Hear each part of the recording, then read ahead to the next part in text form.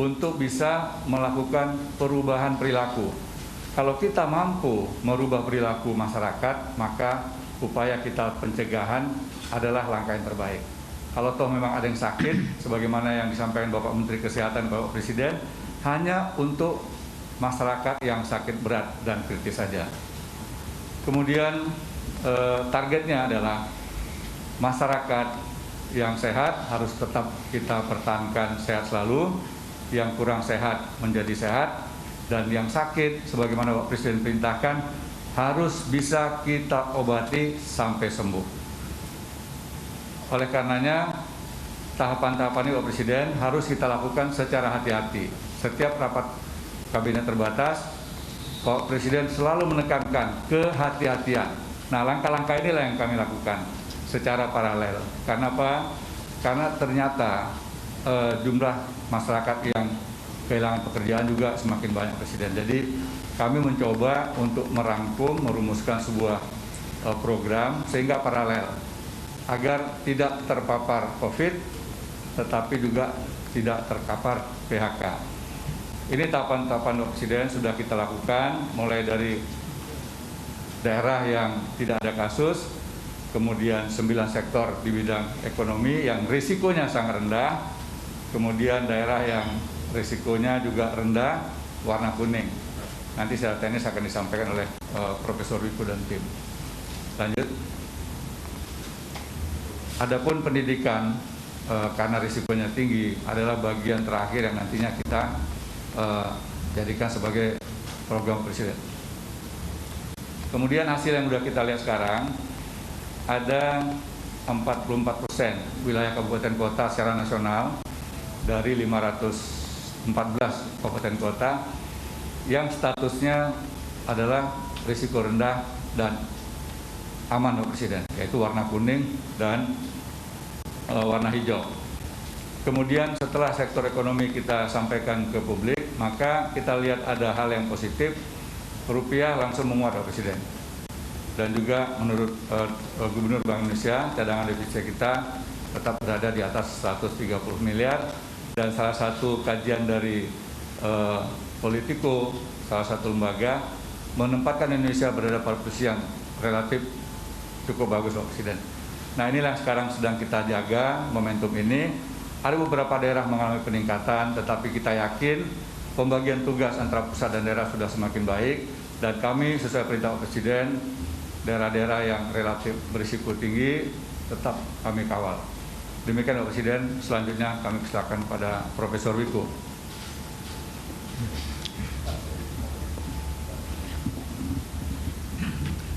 Terima kasih Bapak Ketua Gugus Tugas.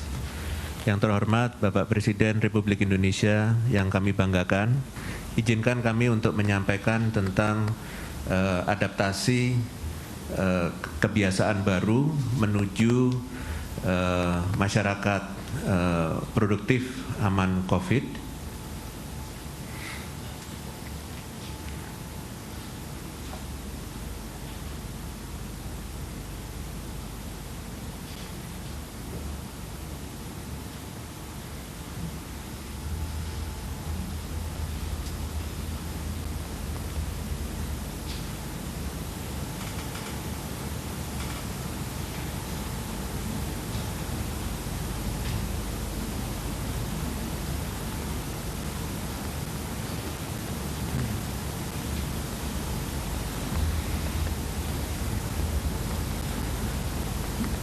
Mohon maaf sambil menunggu slides-nya, kami ingin menyampaikan bahwa ancaman COVID-19 ini adalah bagian dari timbulnya penyakit menular baru yang jumlahnya cukup banyak di dunia, lebih dari 30, dan sejak tahun 2004. Kasus baru positif virus corona atau COVID-19 di Indonesia meningkat tajam.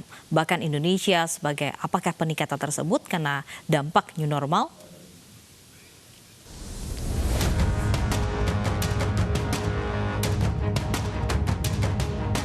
Masyarakat tidak bisa menyepelekan penerapan new normal yang sedang diuji coba di Indonesia.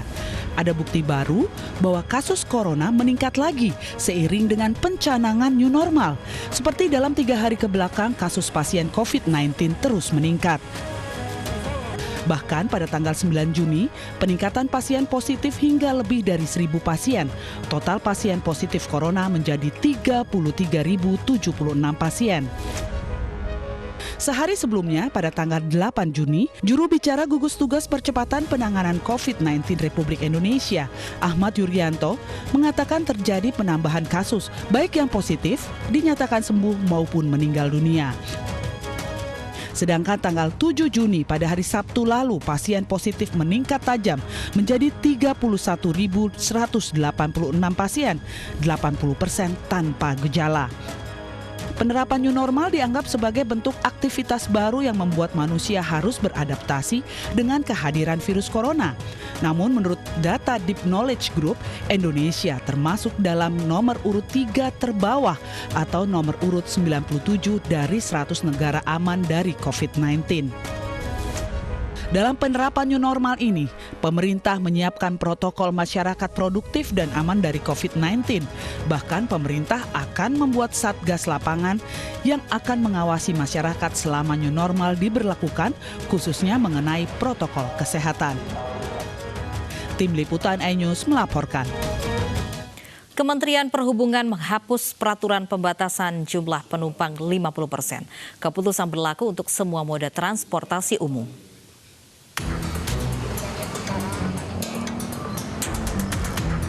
Peraturan pembatasan 50% penumpang dari kapasitas kendaraan tidak berlaku lagi.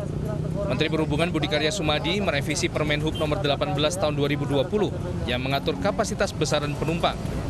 Dalam Permen Hub nomor 41 tidak ada lagi pasal yang menyebut batas jumlah penumpang di setiap kendaraan. Keputusan berlaku untuk semua moda transportasi umum. Aturan tersebut mengatur pengendalian transportasi di masa adaptasi kebiasaan baru atau kita sebut new normal, menuju masyarakat aman dari COVID dan produktif. Tentu dengan dibukanya atau ditetapkan ini dilakukan kembali aktivitas ekonomi yang akan berdampak pada peningkatan aktivitas perjalanan, pergerakan orang melalui transportasi. Oleh karenanya, perlu dilakukan penyempurnaan aturan pengendalian transportasi dalam rangka mencegah penyebaran COVID-19 di sektor transportasi. Keputusan Menteri Perhubungan ditanggapi warga pengguna transportasi umum. Warga umumnya keberatan dan menilai keputusan Menteri Perhubungan terlalu terburu-buru. Ya gimana ya, kalau saya sih belum setuju sih gitu. Soalnya kan ya apalagi sekarang kan lagi meningkat ya untuk terinfeksinya kan gitu. Oh, kalau itu mah juga nggak setuju sih. Ntar malah makin meningkat kan. Khawatir ya kita makan. Iya, saya khawatir juga sih. Kan kita kan juga pengennya ini keadaan bakal pengennya membaik. Harusnya kita juga antisipasi hal-hal yang kemungkinan bakal terjadi yang memburuk kayak gitu. Dengan masih tingginya kasus corona di sejumlah provinsi di tanah air, keputusan Menteri Perhubungan ini dikhawatirkan kontraproduktif dengan upaya memutus rantai penularan COVID-19 di sektor transportasi. Mengingat transportasi umum menjadi andalan bagi sebagian besar warga Indonesia dalam sektor mobilitas. Tim Liputan iNews melaporkan. Dalam PSBB masa transisi menuju kenormalan baru, pengelola taksi dan ojek online mulai menerapkan standar keamanan bagi pengemudi dan penumpang. Salah satunya dengan memasang sekat plastik atau mika sebagai pencegahan persebaran virus COVID-19.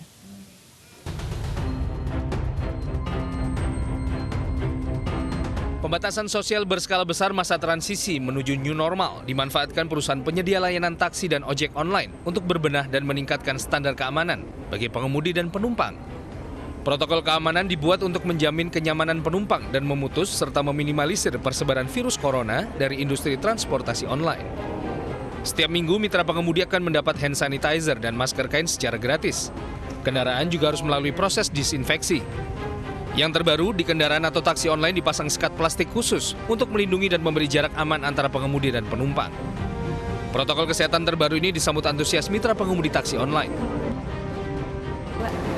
Kalau saya sih itu lumayan aman sih, jadi membantu banget. Jadi emang sekat pelindung itu kan tujuannya buat membatasin kita sama penumpang gitu kan, bukan buat dia dari bahan mika, tapi kalau buat kasus corona yang sekarang ini dia cukup aman buat antara kita sama si penumpang itu. Respon dari penumpang pun juga lumayan positif sih, jadi mereka selain misalnya udah pakai masker gitu, terus dengan adanya sekat itu kan emang ada batasan ini kan.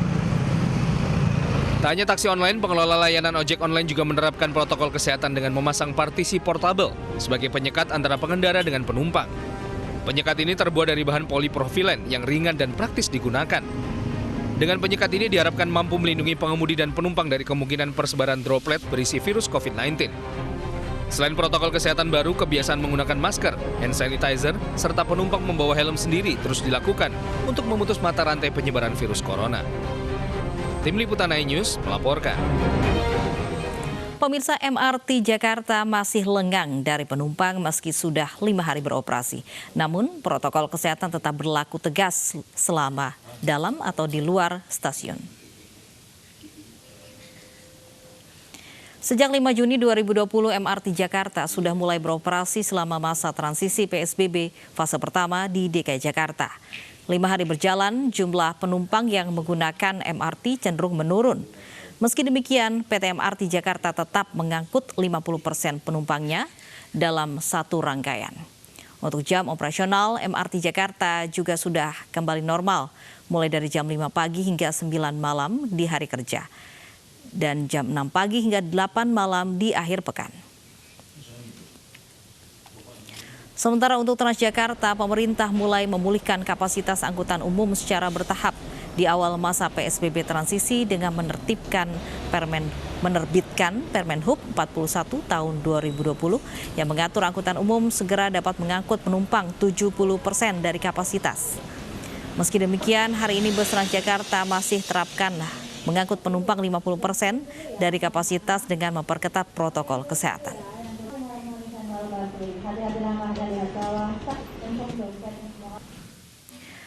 Bagaimana penggunaan sejumlah transportasi umum di masa PSBB transisi? Kita bergabung dengan Hasbiullah di Stasiun MRT Bundaran HI dan Ririn Oktaviani di halte Transjakarta Harmoni Jakarta. Kita ke Hasbi terlebih dahulu. Hasbi, hingga siang ini apakah ada peningkatan penumpang MRT? Ya, baik Lovis, sejauh ini memang dari pagi pada pukul 7 hingga 11 waktu Indonesia bagian Barat kami berada di sini untuk melaporkan. Namun yang kami temukan ini cukup sepi kondisinya, baik itu di jam kerja pukul 7 hingga pukul 9 pagi hingga pukul 10 hingga pukul 11 ini masih cenderung sepi. Namun data yang kami terima dari MRT Jakarta ini mulai dari tanggal 5 Juni ada sekitar 6.620 penumpang. Kemudian data terakhir menunjukkan bahwa ada peningkatan menjadi 12.279 penumpang, namun cenderung sepi di pagi hari hingga siang hari ini. Hingga saat ini juga protokol-protokol kesehatan meskipun keadaannya di dalam gerbong maupun juga di peron sepi, akan tapi tetap dipergunakan protokol-protokol kesehatan sesuai PSBB transisi masa ataupun fase pertama mulai dari luar stasiun. Itu nantinya akan diperiksa oleh termogan. Apabila memang suhunya di atas 38 derajat Celcius maka tidak boleh masuk ke dalam MRT. Mereka yang tidak menggunakan masker juga tidak boleh masuk ke dalam MRT. Nantinya ketika di dalam peron maka nanti akan melihat simbol ataupun juga di sini stiker-stiker yang menunjukkan jaga jarak aman atau physical distancing. Kemudian di dalam kereta api nanti juga ada simbol silang di bangkunya, itu tandanya tidak boleh diduduki. Kemudian tidak boleh berbicara di dalam MRT ataupun menggunakan telepon, itu untuk mencegah adanya persebaran air liur ataupun juga percikan air liur ketika di dalam MRT ataupun ketika berbincang dalam MRT. Di sini kami juga melihat bahwa bahwasanya ada perubahan jam operasional sebelum masa PSBB dan masa PSBB fase pertama dimulai daripada pukul 5 pagi hingga pukul 21 malam secara normal. Ini juga ada perubahan di akhir pekan mulai dari pukul 6 hingga pukul 8 malam waktu Indonesia bagian Barat. Lofi. Baik, terima kasih Hasbi melaporkan langsung dari Stasiun MRT Jakarta. Kita beralih ke Ririn Oktaviani di halte Transjakarta Harmoni Jakarta. Ririn, apakah ada peningkatan jumlah penumpang Transjakarta hingga siang ini? Ya, Lofi, pemerintah mulai bertahap untuk memulihkan kapasitas angkutan umum di masa awal transisi PSBB ini dengan menerbitkan Peraturan Menteri Perhubungan Nomor 41 Tahun 2020. Bahkan Dirjen Perhubungan Udara juga sudah menerbitkan bahwa telah dapat mengangkut 70% dari setiap penerbangan, yang artinya semakin banyak penumpang yang dapat terbang setiap penerbangannya. Namun hari ini angkutan darat Transjakarta masih menerapkan pengangkutan kapasitas sebesar 50% dari angkutan normal yang tetap mengedepankan protokol kesehatan. Dari pantauan kami sejak pagi hari tadi, yakni di jam-jam sibuk pegawai berangkat kantor hingga siang hari ini, terlihat bahwa mobilitas warga yang menggunakan angkutan umum Transjakarta ini semakin meningkat setiap harinya jika dibandingkan dengan masa PSBB, di mana protokol kesehatan semakin diperketat mulai dari awal penumpang masuk ke halte pada saat menunggu bis datang hingga berada di dalam bus Transjakarta sendiri. Bahkan petugas akan melarang penumpang masuk jika bus tersebut dinilai telah melebihi kapasitas dan penumpang akan diminta untuk menunggu kedatangan bus selanjutnya.